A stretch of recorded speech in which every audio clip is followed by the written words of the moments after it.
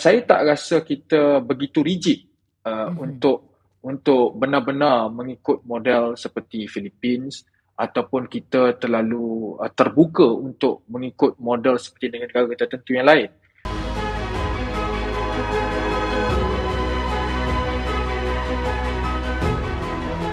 Saya tak rasa kita begitu rigid Mhm.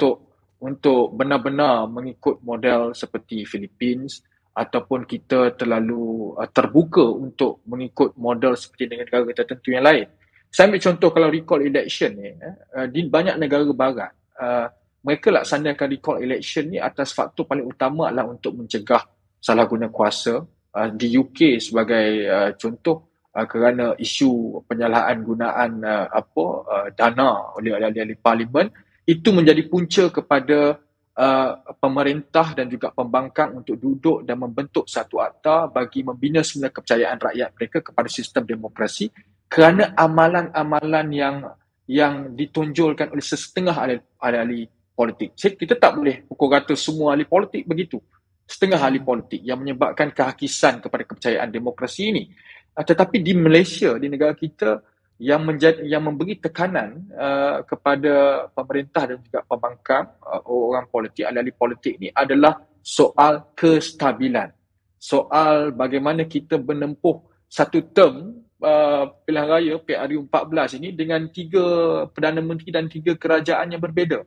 Sama ada orang komposisinya sama atau tidak, tetapi tiga logo, tiga brand yang berbeza. Dan ini menyebabkan kepercayaan rakyat itu longgar kepada sistem demokrasi kerana tidak ada defense mechanism. Yang kita nak lakukan hari ini adalah defense mechanism kita kepada sistem demokrasi representatif yang kita ada. Setengah negara, kalau kita kata soal demokrasi itu, ada pandangan tertentu yang mengatakan bahawa direct demokrasi itu lebih baik. Ada yang kata dengan kita ada representatif demokrasi ini memberi ruang yang terlalu besar kepada ahli-ahli politik, wakil-wakil rakyat untuk menggunakan kedudukan mereka, meletakkan price tag mereka untuk mereka berada di tempat-tempat tertentu, sama ada di blok pembangkang ataupun kerajaan.